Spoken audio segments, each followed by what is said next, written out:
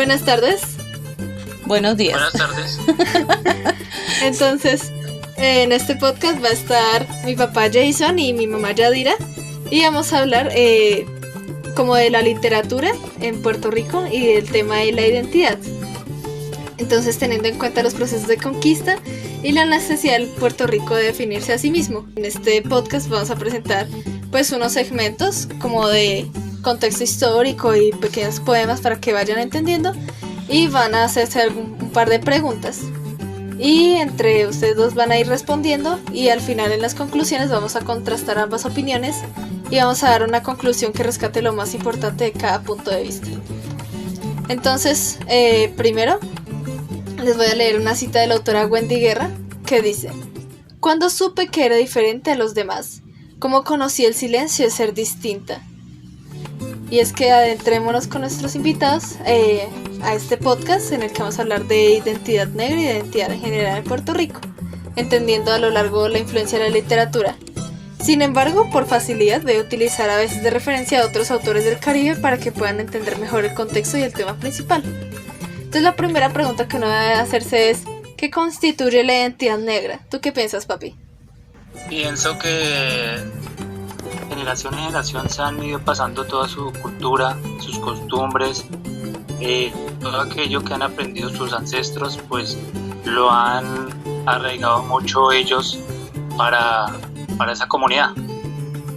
Sí, ¿tú qué piensas, mami? Sí, el conjunto de valores, creencias, tradiciones, digamos, de un grupo poblacional que por medio de la familia han transmitido a su descendencia.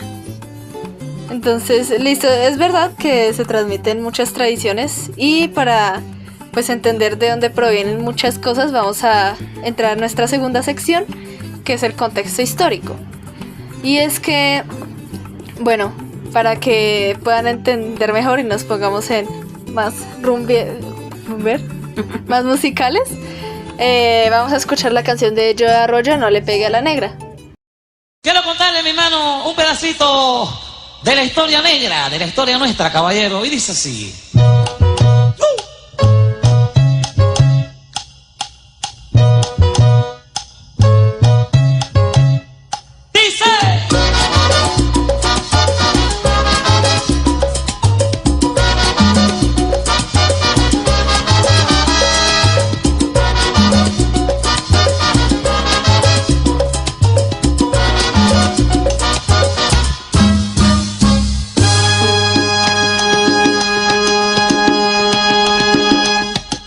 Los años 1600, cuando el tirano mandó las calles de Cartagena, aquella historia vivió. Cuando aquí llegaban esos negreros africanos en cadenas, besaban mi tierra, esclavitud perpetua.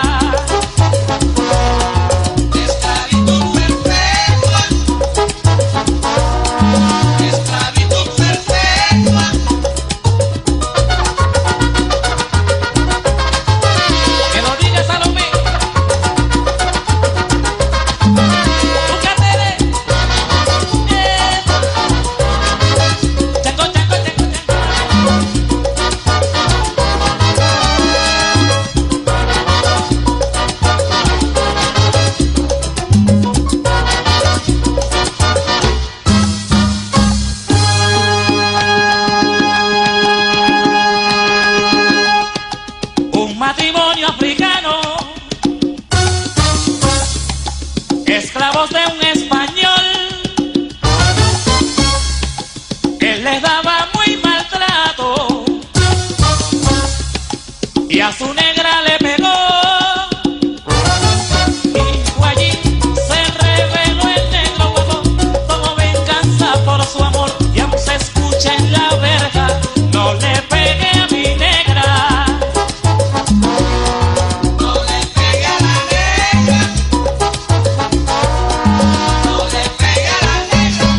Óyeme, no le pegue a la negra. No le pegue a la negra.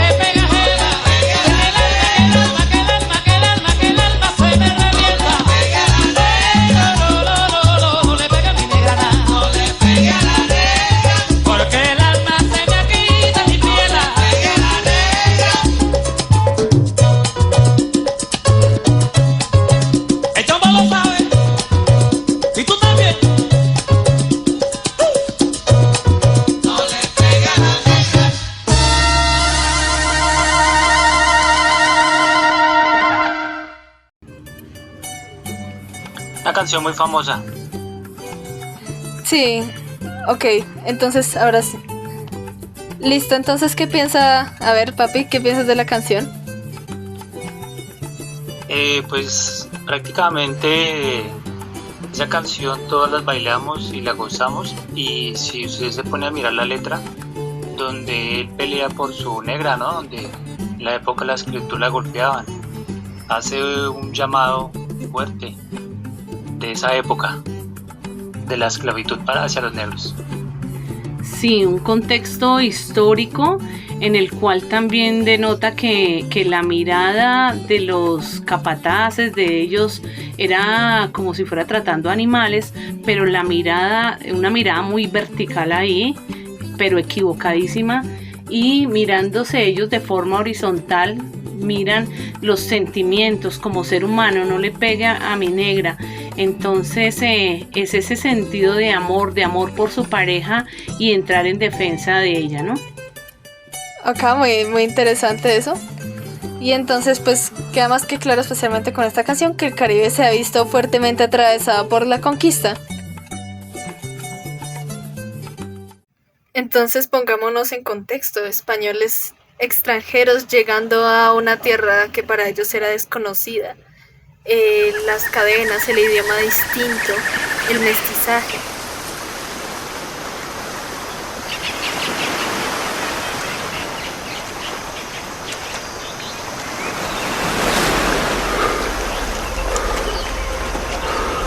¡Arcabucero!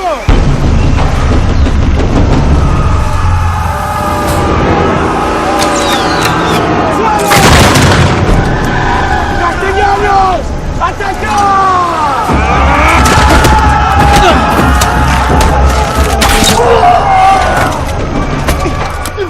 Pero entonces toca preguntarse por qué la conquista, si fue hace tantos años atrás.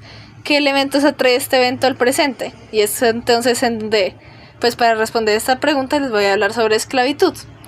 Acorde a un artículo de la esclavitud en Puerto Rico, de la abolición gradual a la eliminación definitiva, pasa con la esclavitud, que fue abolida gradualmente. En 1868 fue gracias a un documento que consideró a la esclavitud de las personas negras como un ultraje a la naturaleza humana, aparte de ser una afrenta para la nación. Pero entonces hay que tener en cuenta que ese cambio se dio siglos después de colonia. Puerto Rico es considerada la colonia más antigua de España y existe desde el año 1493. Desde el 1493 esclavitud hasta el 1868, hasta ahora que se lanza este decreto. Y de hecho también se dice que la integración de los manumitidos al mercado laboral estuvo al principio llena de conflictos con sus antiguos amos, que no querían pagar el trabajo esclavo especializado como correspondía, y con los propios trabajadores libres, con quienes los esclavos no se terminaban de integrar. Y lo otro, acá les voy a contar una anécdota de acuerdo a Afroféminas.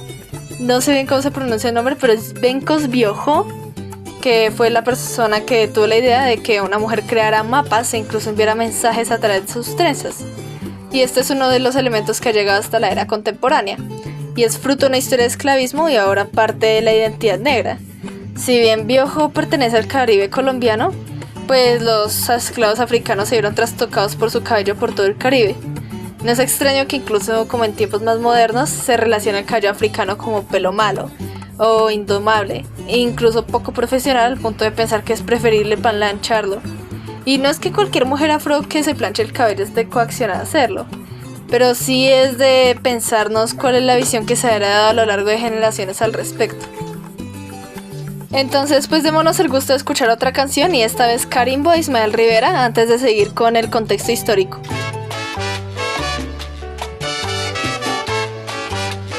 Pobre negro Carimbo.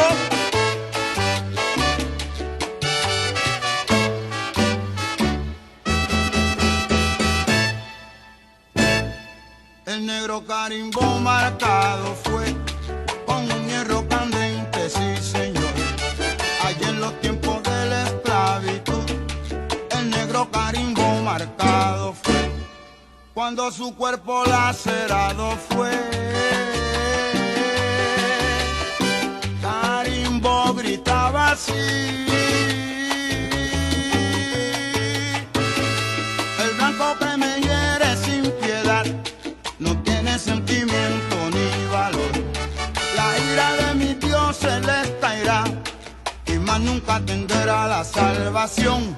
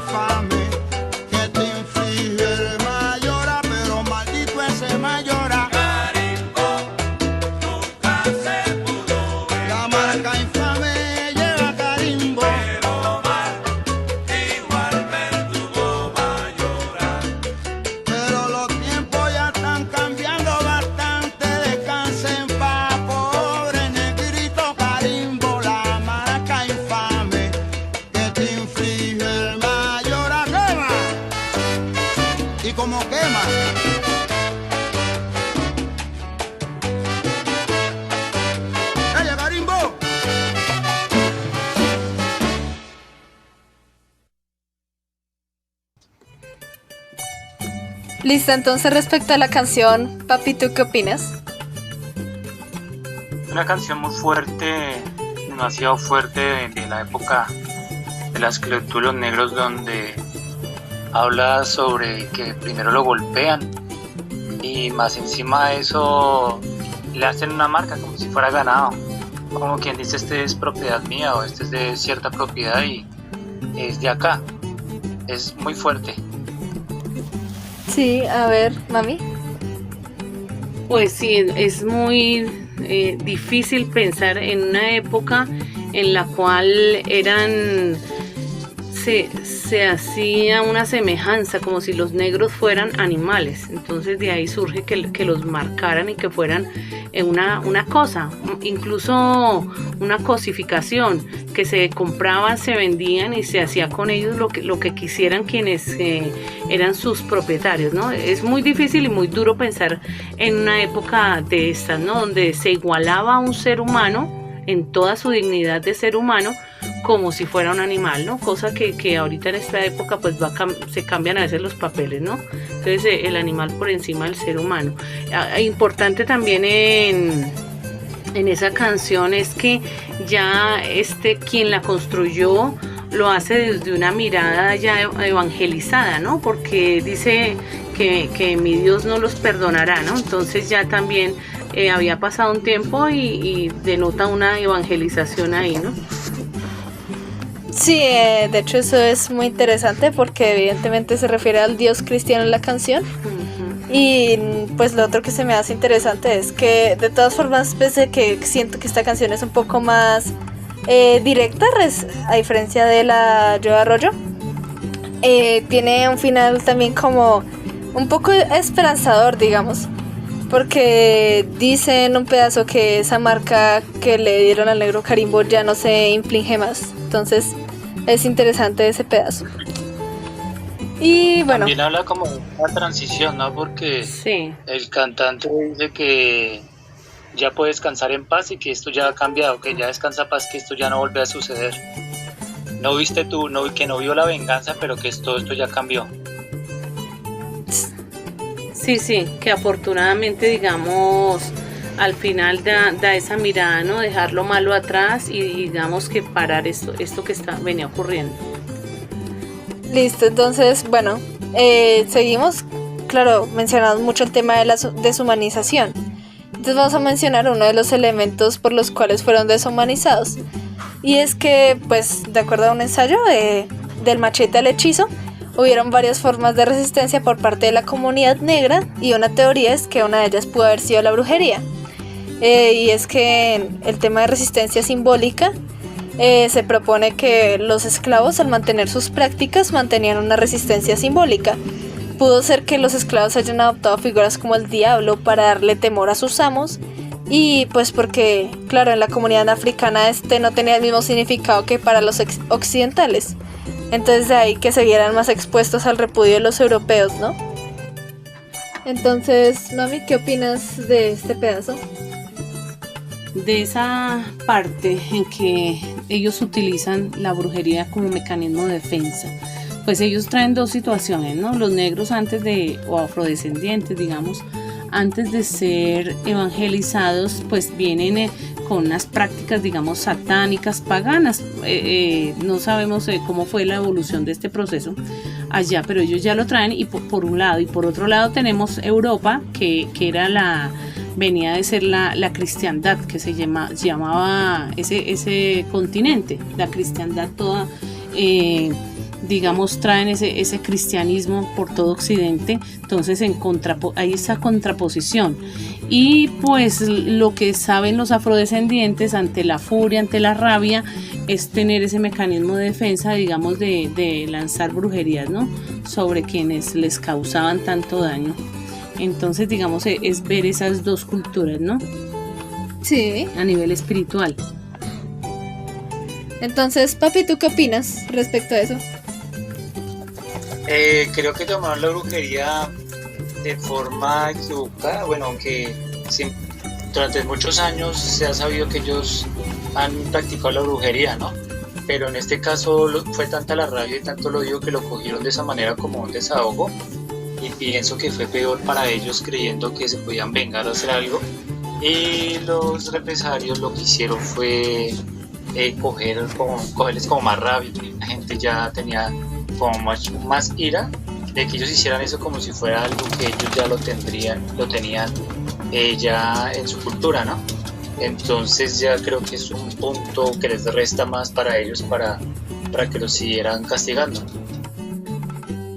Sí, Y la situación de que esa brujería pues la fueron llevando a los sitios a donde a ellos los llevaron, ¿no? Se esparció por Cuba, por Haití, que conocemos que es un país que tiene, digamos, ese pacto con el demonio, y ha sido, digamos, hecho por los mismos presidentes, y lo han vuelto a repetir en la medida del paso de los años, ¿no? Sí, es un tema que ha atravesado mucho a todo el Caribe en general. Cuba, Puerto Rico, Haití, todos tienen herencia de esa cultura, pero más sin embargo, claro, no valía para deshumanizarlos a ese punto. Por último, para terminar este contexto histórico, vamos a resaltar el sistema de castas. Y es que, pues voy a citar: se llevó a cabo un entramado de relaciones de poder donde atributos como el honor, la calidad, el origen, la limpieza de sangre y el color fueron determinantes para establecer una estructura social basada en la desigualdad. Y cierro cita. Y es que, pues, o sea, a ver, parece que el mestizaje es algo que se ha visto aceptado el día de hoy, pero también vuelve el tema de la identidad algo complicado. ¿Cómo definirse uno siendo una mezcla de tantas cosas? El mulato lo clasificamos como negro, pero el mulato no se puede llamar a sí mismo africano. Y no solo eso, sino que en un país lleno de diversidad con una unión de culturas que van más allá de la africana. Entonces es aquí donde terminamos el contexto histórico y es momento de pasar a la literatura. ¿Qué respondió la literatura puertorriqueña a este problema de la identidad?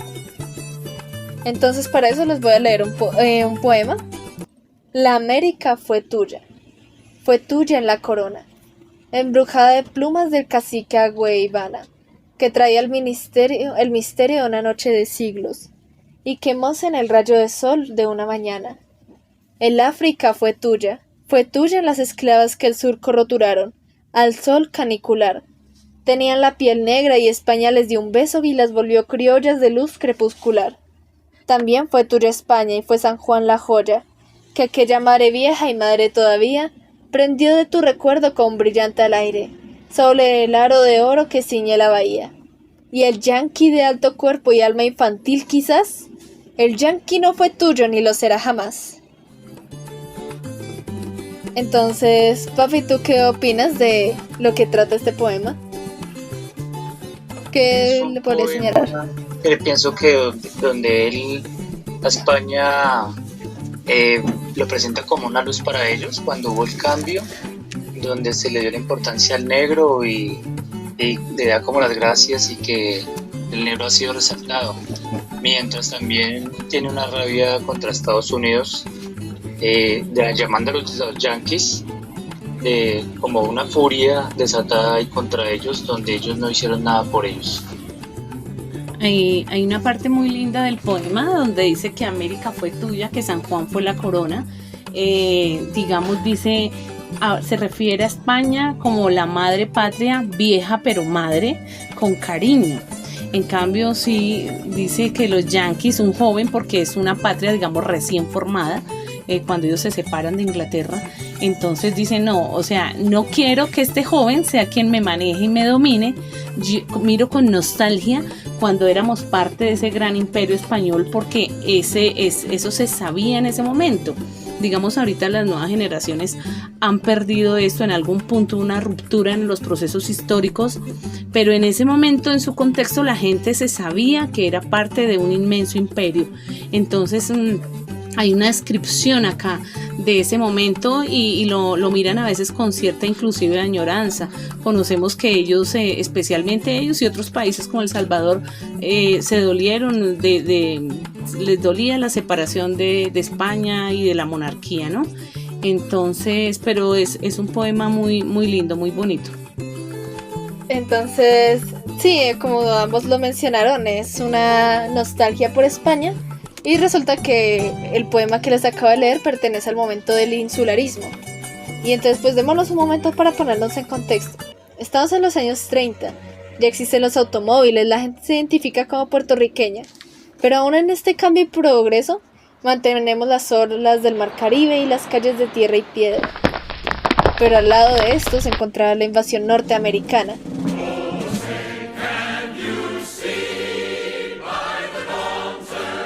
Marcando así el inicio del insularismo. La pregunta de ¿quiénes somos? Como se ve en el poema, el insularismo no es como solo la búsqueda de identidad, sino que la respuesta se da aludiendo al español, a la lengua compartida, a esa colonia nostálgica distinta del inglés.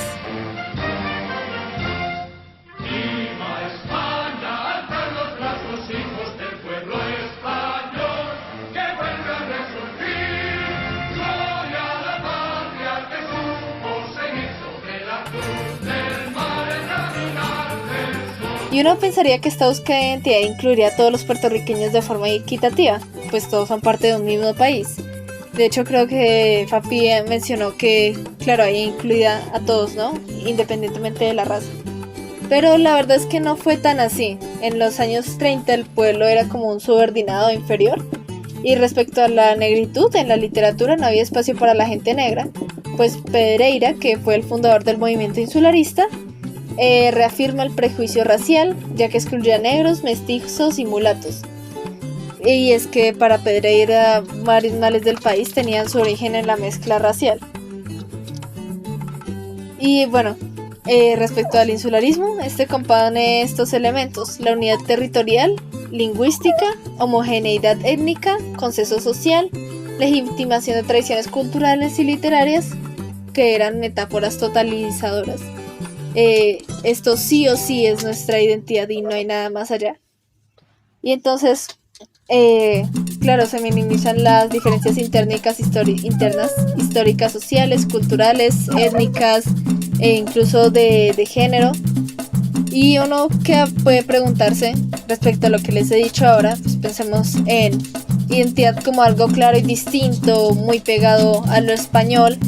¿Será posible construir una identidad tal y como lo hizo el insularismo? Entonces, papi. Pienso que cada persona o en esos momentos tenían una cultura, una raíz muy fuerte, donde ya era difícil cambiarla a pesar de que cambiaran por otros gobiernos o otros que los invadieran. Entonces creo que esa identidad era muy difícil de borrarla, de quitarla.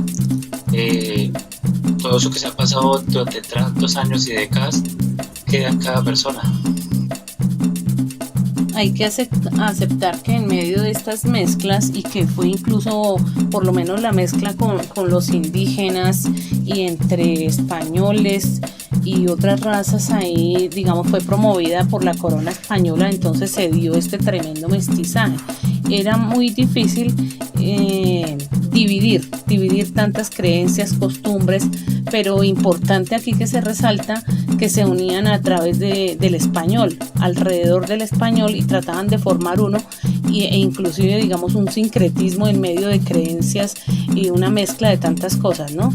Si es posible, digamos que se pudiera unir, sí, con los aspectos mínimos básicos de repente, y eso pienso que también fue lo que intentaron hacer, para mal o para bien, ¿no? Para mal o para bien, porque por ejemplo el sincretismo no necesariamente pues podrían verlo para bien, porque por lo menos todos iban a un solo culto, pero el problema es que había mezcla de cosas buenas y malas, y de repente alrededor del español y de ciertas cosas que se fueron dando en las islas y en este ambiente digamos tropical, ¿no? Cultura.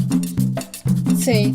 Entonces sí, en las décadas de los 40 y 50 parece que hubo cierta continuidad con esta idea de la identidad que les acabo de explicar, pero esta vez fue liderada por el partido de un señor llamado Luis Muñoz Marín, y se mantiene el desprecio al imperialismo estadounidense, pero esta vez el país se veía como un niño respecto a la cultura en este movimiento insularista, pero puede ser salvado por el Partido Democrático Popular.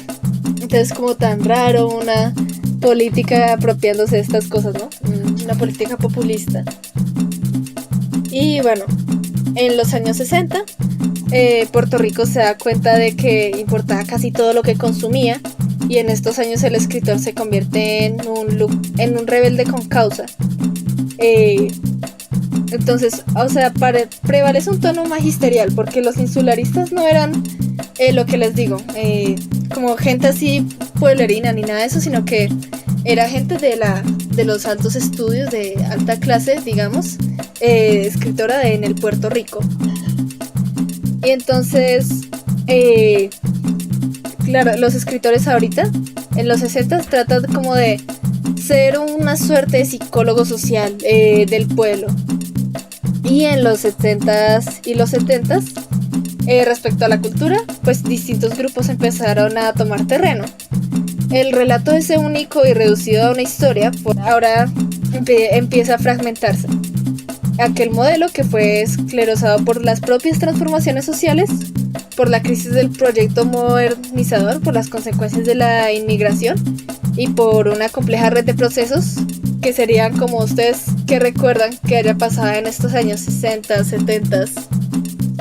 Tenemos la revolución cubana, por decirlo así, por un lado, y por otro lado algunas revoluciones sociales como las que se dieron en Estados Unidos, ¿no? Los hippies. Sí, La época del comunismo. Sí, entonces claro, la guerra de Vietnam también, entonces empiezan a enfrentar a muchos cambios. Y ahí un grupo de estudiantes empieza a darle voz a los escritores nuevos, tales como la poeta Julia Burgos. Y en estas décadas también sale la guaracha del macho Camacho, que es muy curioso el nombre, ¿no? La guaracha del macho Camacho. Del macho. ¿Crees? Guaracha, la pochanga. ¿De qué crees cómo se estará escrito ese libro? ¿Será ¿De una un libro forma machista? divertida? ¿Jugosa? Jocosa podría ser la forma de escribirlo, pero también lo más importante es que justamente como es guaracha, entonces está escrito basado en los ritmos de una guaracha. Y bueno, Ya. es un texto crítico que aún hereda esta visión del Puerto Rico que es un niño, y es claro, el Puerto Rico es un niño que aún no sabe y se tiene que desarrollar, y sigue el intento constante de dar un discurso totalizador de la identidad. Pero entonces, bueno, vamos a finalizar con un poema de Mayra Santos Febres, y después de ver todos estos intentos totalizadores de darle una identidad al Puerto Rico, cabe preguntarse cómo es que esta mujer piensa la identidad de su país. Y entonces voy a leer. Este cuerpo es un país, pensó la mujer que escribe, la que por vez primera puso su estampa sobre las superficies de la tierra. Este cuerpo es materia, como la piedra, y en él se encuentran dos sangres, la que traen los hombres de la casa, la que traemos las mujeres a la puerta. Una sangre que atrae la depredación, la otra marca los ciclos del tiempo. 28 lunas y la sangre resurge oscura, se vuelve tinta permanente, se convierte en fruta de la fruta. Estas piedras que todo lo han visto conocen la historia, sabe que todas las sangres son una. Entonces, primero, papi, ¿qué opina? Creo que se puede ver como un tema, una visión más femenina del Puerto Rico incluso, ¿no? Sí, muy femenina, y creo que pues ella a través de la...